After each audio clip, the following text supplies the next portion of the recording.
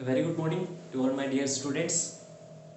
As you know, we are studying the chapter 6 of class 7th. Okay, and the name of the chapter is Time, Motion and Speed. अब तक हमने time, motion and speed के बारे में कुछ पढ़ा था, याद है? याद है किसी को? नहीं याद है? क्यों नहीं है? ओके, पेंडुलम के बारे में मैंने बताया था, ठीक है। उसी को कंटिन्यू करते हैं। अब हम पढ़ते हैं कि टाइम पीरियड क्या होता है। पेंडुलम पता है ना? देखो,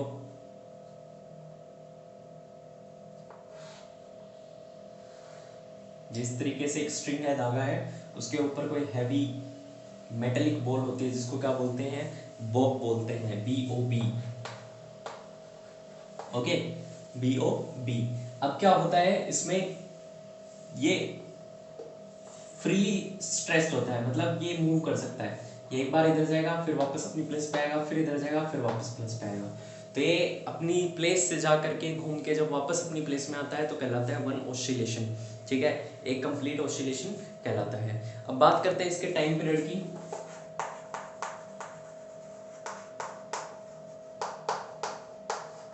ओके, टाइम पीरियड की बात कर लेते हैं। टाइम पीरियड क्या होता है? Time taken by a pendulum, या हम कह सकते हैं द टाइम जो एक पेंडुलम लेता है। A pendulum takes to complete one oscillation is called time period, ठीक है। मैंने बताया था कि ये वापस से अपने एक पोजीशन पे आएगा, वो एक क्या कहलाएगा? एक कंप्लीट ऑसिलेशन कहलाएगा, ठीक है। और उसका टाइम पीरियड क्या हो जाएगा कि कितने टाइम में उसने एक कंप्लीट ऑसिलेशन किया है। मतलब ये यहाँ से चला था, यहाँ से जाकर के वापस अपनी प्लेस पे आगे कब रुका है या कब अपनी प्लेस पे आया है, वो क्या कहलाएगा? एक टाइम, उसका टाइम पीरियड कहलाएगा कि कितना टाइम उसने लिया है एक ऑसिलेशन में, ठीक है। तो इसको लिख सकते हो the time a pendulum takes, the time a pendulum takes to complete one oscillation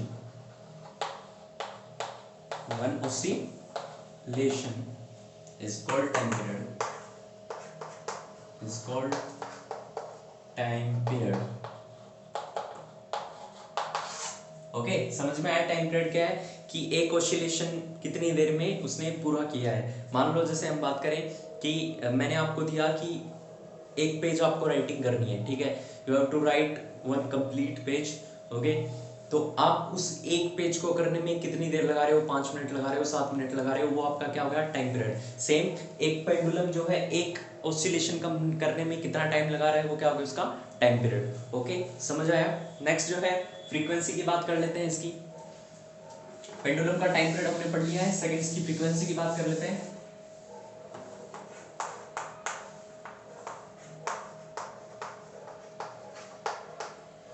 frequency क्या होती है? देखो, फ्रीक्वेंसी क्या है कि कितने ऑसिलेशन किए गए हैं एक पर्टिकुलर टाइम में, ठीक है, एक यूनिट टाइम में। The number of oscillation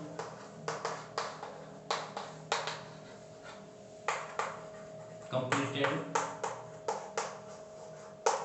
by a pendulum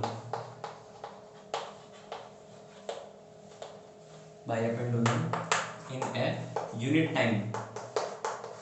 unit time क्यों बोल रहे हैं? क्योंकि हम हमेशा क्या करते हैं, ऐसा यूनिट की बात करते हैं टाइम की, तो हम बोल सकते हैं कि एक सेकंड में कितनी बार उसने मूवमेंट किया है, या एक मिनट में कितनी बार मूवमेंट किया है, वो क्या हो गया? उसका यूनिट टाइम। तो फ्रीक्वेंसी क्या हुई कि कितनी बार उसने मूवमेंट किया है, ठीक है, कितनी बार उसने मूवमेंट किया है, ठीक है। अगर मान लो जैसे मैं बोलूं कि अपने को क्या करनी है, एक रस्सी कूदनी है, ठीक है, हम जंपिंग करते हैं ना रस्सी के साथ, तो हमें क्या करना है? रस्सी कूदनी है। तो 1 मिनट में आपने कितनी बार रस्सी पे छलांग लगाई है या कूदे हो, that is called your frequency. तो ऐसे इसकी फ्रीक्वेंसी क्या हो जाएगी कि कितनी बार उसने ऑसिलेशन किया है एक यूनिट टाइम में। मान लो 1 मिनट में उसने कितनी बार मूवमेंट किया है, ठीक है, 1 सेकंड में कितनी बार किया है, वो क्या हो जाएगा? उसका फ्रीक्वेंसी हो गया। तो क्लियर है दोनों? टाइम पीरियड क्या होते हैं और फ्रीक्वेंसी क्या होती है, ठीक है। टाइम पीरियड है कि वो एक ऑसिलेशन में कितना टाइम ले रहा है, और फ्रीक्वेंसी है कि एक यूनिट टाइम में कितने ऑसिलेशंस हो रहे हैं। ओके, फ्रीक्वेंसी को हम f से डिनोट करते हैं, स्मॉल f से, और 1 अपॉन टाइम पीरियड। ठीक है, ये इसका फॉर्मूला होता है कि एक फ्रीक्वेंसी में कितने मतलब एक यूनिट टाइम में कितनी फ्रीक्वेंसी हुई है। ठीक है, frequency is equal to 1 upon time. ठीक है, फिर बात कर लेते हैं मोशन एंड स्पीड। नेक्स्ट हमारा टॉपिक है motion and speed.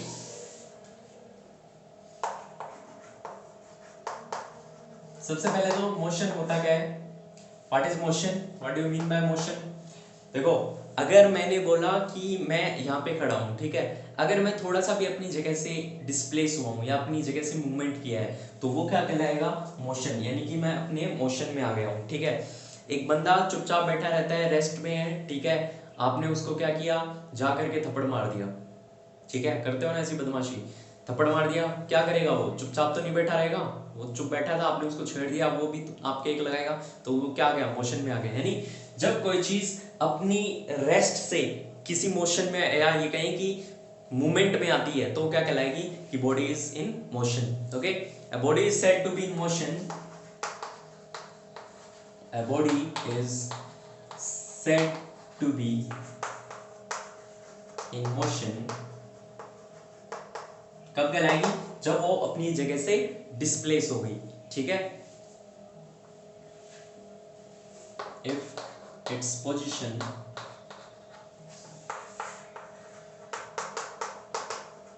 Changes with time, time के साथ अगर उसकी पोजीशन चेंज हो रही है तो यानी कि वो क्या है, मोशन में है। ओके, मेरा हाथ यहाँ था, यहाँ से अगर मैं यहाँ भी लेकर आता हूँ तो वो भी क्या है, एक मोशन। ठीक है, तो मोशन क्या है, a body is said to be in motion if its position changes with time. Learn होना चाहिए अच्छे से, बहुत इंपॉर्टेंट चीज है। इसी के साथ हमारी फिर दूसरी चीज आ जाती है, स्पीड। ठीक है, स्पीड भी हमारे मतलब मोशन के लिए हमें स्पीड चाहिए, स्पीड के लिए मोशन। देखो, स्पीड क्या होगी कि कितनी बॉडी मूव करी है यूनिट टाइम में। ठीक है, the speed of a moving body या speed of a body, the speed of a body, आपको पता है सबको स्पीड क्या होती है, डिस्टेंस अपॉन टाइम, कितने टाइम में कितना डिस्टेंस ट्रेवल किया है वही स्पीड होती है। ठीक है, हम देखते हैं अपनी बाइक को भगाते हैं 60 80 90 तक भगाने लगे, ठीक है, तो थोड़ा सा स्लो चलो भाई, किस बात की जल्दी है, जिंदगी नहीं मिलेगी दोबारा। ओके,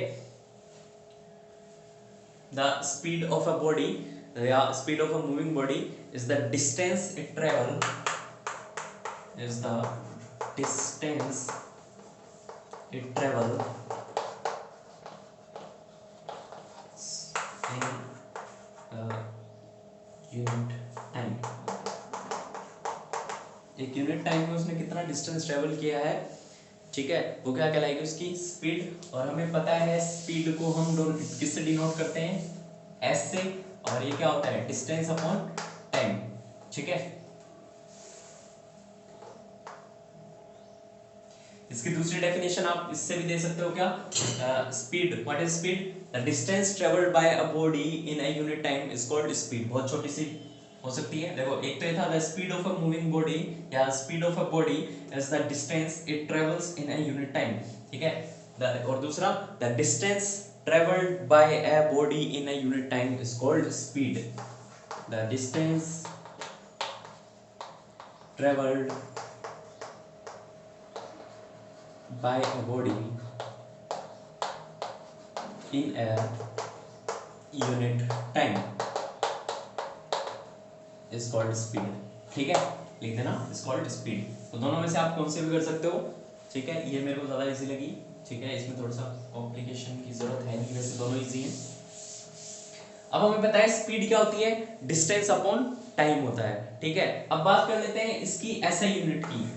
SI यूनिट यानी स्मॉलेस्ट यूनिट जो है या स्टैंडर्ड यूनिट जो है, देखो निकालने का सीधा सा तरीका है, स्पीड क्या है, डिस्टेंस अपॉन टाइम।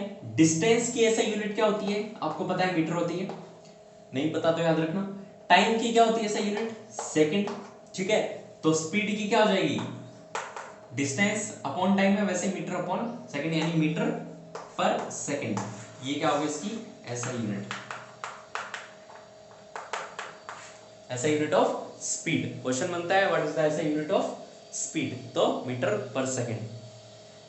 फिर आता है मोशन जो है हमारा किस किस तरीका हो सकता है। देखो यूनिफॉर्म मोशन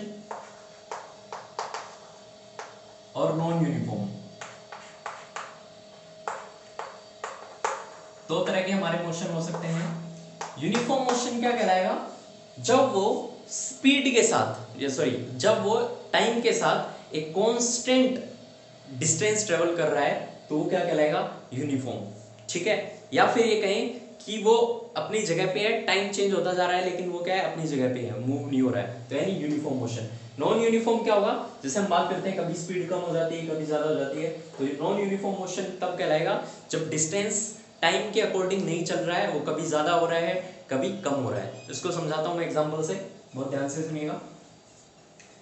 मान लीजिए पहले मैं ग्राफ से समझाता हूं, ज्यादा इजी रहेगा, फिर हम इसकी डेफिनेशन पे आएंगे। ओके, ये मेरा टाइम का ग्राफ, डिस्टेंस टाइम ग्राफ है, इस साइड डिस्टेंस दिखा रहा है, इस साइड टाइम दिखा रहा है। अगर मैं बोलूं यहाँ पे जैसे 1 2 3 4 5 6, ठीक है, ये सेकंड में है 1 2 3 4 5,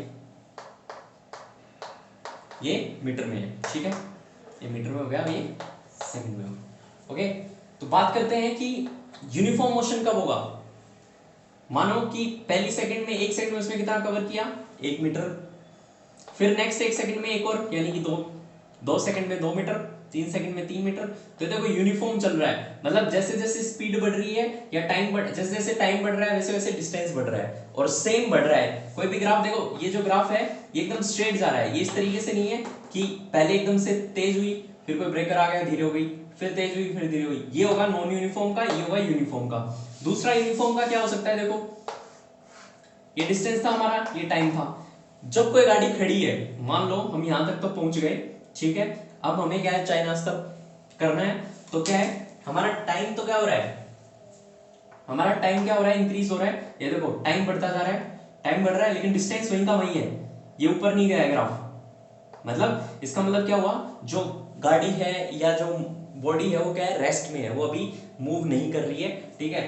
तो हमने क्या कहा यूनिफॉर्म मोशन वो होगा जब सेम हमारा क्या हो रहा है डिस्टेंस कवर हो रहा है। तो इसमें भी क्या है टाइम के साथ सेम ही हो रहा है, यहां भी उतना ही था, यहां भी उतना ही है, यहां भी उतना ही है, ठीक है। वो अलग बात है कि बॉडी रेस्ट में है, लेकिन नॉन यूनिफॉर्म नहीं कह सकते इसको। नॉन यूनिफॉर्म किसको कहेंगे, नॉन यूनिफॉर्म की बात कर लेते हैं। जैसे मैंने बताया कि मान लो स्पीड एकदम से बढ़ी टाइम के साथ, फिर धीरे धीरे कम होने लगी, मतलब डिस्टेंस हमने क्या किया, ये हमारा था टाइम और ये था हमारा डिस्टेंस। पहले देखो शुरू में 1 सेकंड में वो एकदम से सडन इंक्रीज कर लिया, स्पीड से दे दी, ठीक है, फिर एकदम से स्पीड से भगाया जा रहा है भगाया जा रहा है भगाया जा रहा है। आगे क्या मिल गया, पुलिस वाले दिख गए उसको, उसने देख लिया कि अगर मैं अब तेज चला तो चालान कट जाएगा, इसलिए उसने क्या कर ली स्पीड अपनी धीरे कर ली, यानी डिस्टेंस कम कवर होने लग गया, ठीक है। तो ये है नॉन यूनिफॉर्म का ग्राफ। ओके, तो ये था आपका ग्राफ, समझ में आ गया होगा यूनिफॉर्म और non uniform. If the speed of a body is moving with a straight time या straight line, ठीक है, if the speed of a body moving with a straight line, okay, with a straight line remains constant,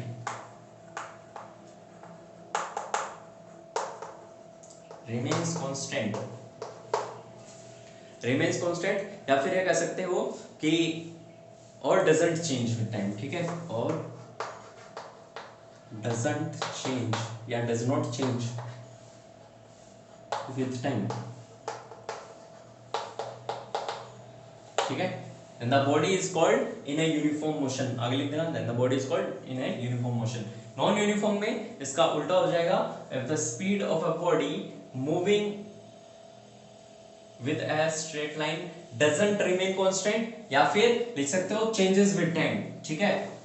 if the speed of a body changes with time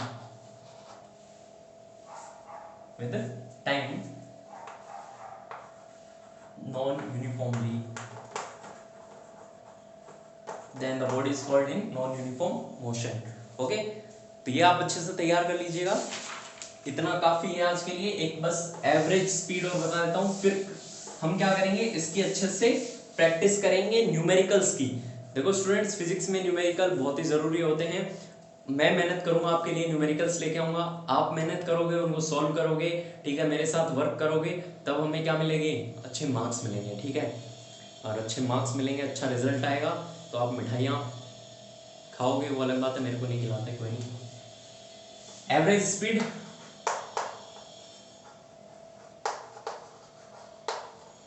average speed क्या होती है, देखो total distance divided by total time, ये होगी हमारी average speed. बात कर लेते हैं, मेरे को पिलानी से राजगढ़ जाना है, ठीक है, मेरे को पिलानी से राजगढ़ जाना है, तो मैं ये तो है नहीं कि यूनिफॉर्म स्पीड से चलूंगा, हर जगह 60 किलोमीटर पर आवर की स्पीड से चलूंगा, नहीं ना, कई जगह ब्रेकर भी आएंगे, कई जगह क्या है, खड्डे भी आएंगे जैसे इंडिया में होता है, और कई जगह व्हीकल्स भी आगे आ जाएंगे, ट्रैफिक भी होगा, तो मेरी स्पीड क्या है, कभी कम होगी कभी ज्यादा होगी, ठीक है, एक कांस्टेंट स्पीड नहीं मिली मेरे को, इसलिए मैंने एवरेज निकाला कि मैं किस स्पीड से आ रहा हूं। तो एवरेज स्पीड क्या हो जाएगी कि टोटल डिस्टेंस कितना था और कितना टाइम मैंने उसमें लिया। मान लो मैंने पहले 15 मिनट तो क्या किया, बढ़िया स्पीड से चला 60 किलोमीटर पर आवर। अब आप कहोगे 60 किलोमीटर पर आवर बढ़िया स्पीड थोड़ी है ना, 80-90 होनी चाहिए, कोई नहीं भाई, हमारे लिए तो काफी है, ओके 60 किलोमीटर पर आवर। फिर नेक्स्ट जो है 15 से 30 मिनट में चला 40 किलोमीटर, मान लो वहां थोड़ा सा ट्रैफिक था तो मेरे को थोड़ा धीरे चलना पड़ा, ठीक है। अब बात कर लेते हैं कि टोटल एवरेज क्या आ जाएगा इसमें, एवरेज क्या होगा, टोटल डिस्टेंस, डिस्टेंस कितना किया है मैंने, पहले 15 मिनट में मान लो मैंने 10 किलोमीटर ट्रेवल किए, और दूसरे 15 में मैंने किए 5 किलोमीटर, 6 मान लो, क्योंकि एकदम से चेंज नहीं हुआ था सॉरी। तो देखिए 10 प्लस टोटल डिस्टेंस कितना हुआ, 10 प्लस 6, और टोटल टाइम कितना, 15 मिनट ये 15 मिनट ये 30 मिनट, 30 मिनट ये हमारा किलोमीटर में था, और per hour kilometre per hour में निकालेंगे तो 30 मिनट का मतलब कितना हो गया, ठीक है, आधा घंटा, ठीक है, तो कितना आ गया 16 अपॉन में 0.5, पॉइंट टाइम है इंटू 10 हो जाएगा, ठीक है। अब 160 को 5 से कर दो, 5 3 जा 15, 5 2 जा 10, यानी मेरी एवरेज स्पीड कितनी थी, 32 किलोमीटर पर आवर, बहुत कम थी, है ऐसा ही कुछ है, ओके समझ में आया। तो एवरेज स्पीड क्या होती है, total distance upon total time, पढ़ लीजिएगा। Thank you so much.